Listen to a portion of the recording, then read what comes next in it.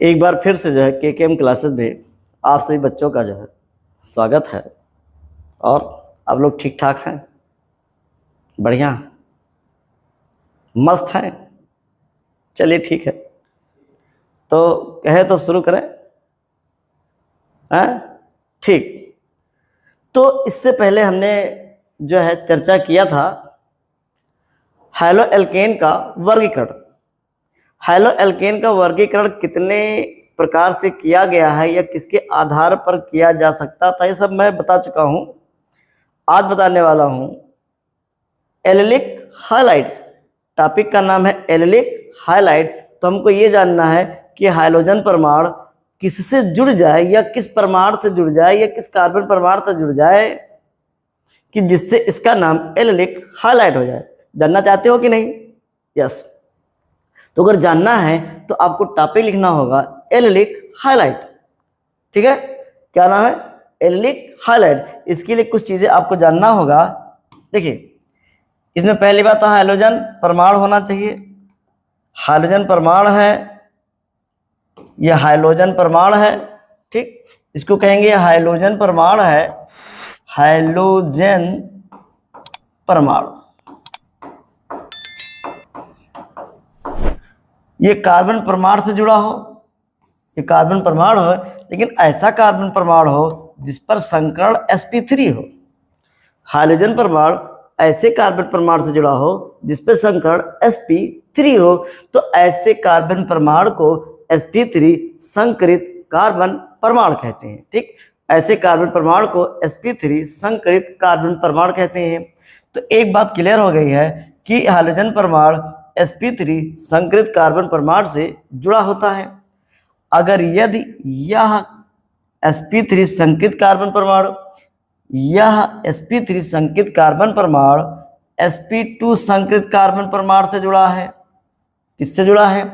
sp2 संकरित carbon परमाणु से अगर जुड़ा है, ठीक है, sp2 संकरित कार्बन परमाणु से अगर जुड़ा है, समझ में आ रहा है ना, तो उसे कहेंगे एलिलिक हाइलाइट।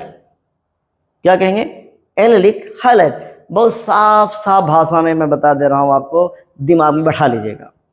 इनमें हाइड्रोजन परमाणु जिस कार्बन परमाणु से जुड़ा है उस पर sp3 संकरण होना चाहिए, और यह sp3 संकरित कार्बन परमाणु जिस कार्बन से जुड़ा है उस पर sp2 संकरण होना चाहिए। अगर ऐसा है तो इस प्रकार का जो हाइलाइट होगा उस हाइलाइट को हाइलाइट न कहकर एलिलिक हाइलाइट कहते हैं।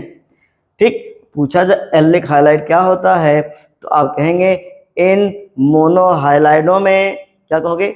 इन मोनोहाइलाइडों में हाइड्रोजन परमाणु sp3 संकरित कार्बन परमाणु से जुड़ा होता है, परंतु यह sp3 संकरित कार्बन परमाणु sp2 संकरित कार्बन परमाणु से जुड़ा होता है, तो इन्हें एलिलिक हाइलाइट कहते हैं।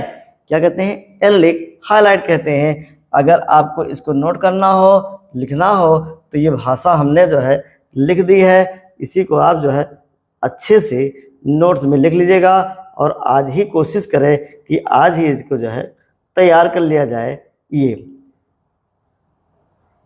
ठीक, इन मोनोहाइलाइडों में हाइड्रोजन परमाणु X sp3 संकरित कार्बन परमाणु से जुड़ा होता है।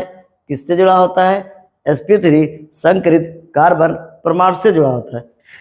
इन मोनोहाइलाइडों में हाइड्रोजन परमाणु sp3 संकरित कार्बन परमाणु से जुड़ा होता है। ठीक है, किससे जुड़ा होता है? sp3 संकरित कार्बन परमाणु से जुड़ा होता है। ठीक है, परंतु यह sp3 संकरित कार्बन परमाणु कौन?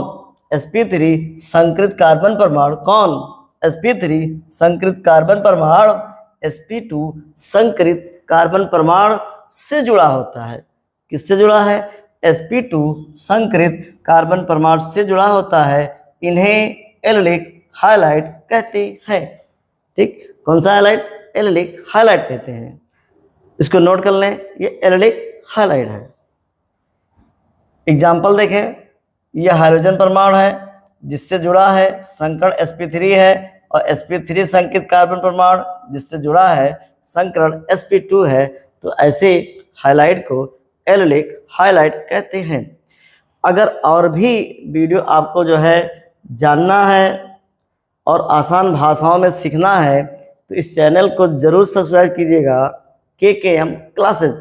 इसके बाद जो है रिएक्शन बनाया कैसे जाता है ये सिखाऊंगा। रटने वाली बात कोई नहीं होगी, ना एक लाइन में लिख देंगे कि बेटा ऐसा होता है, किस नियम से बना है रिएक्शन।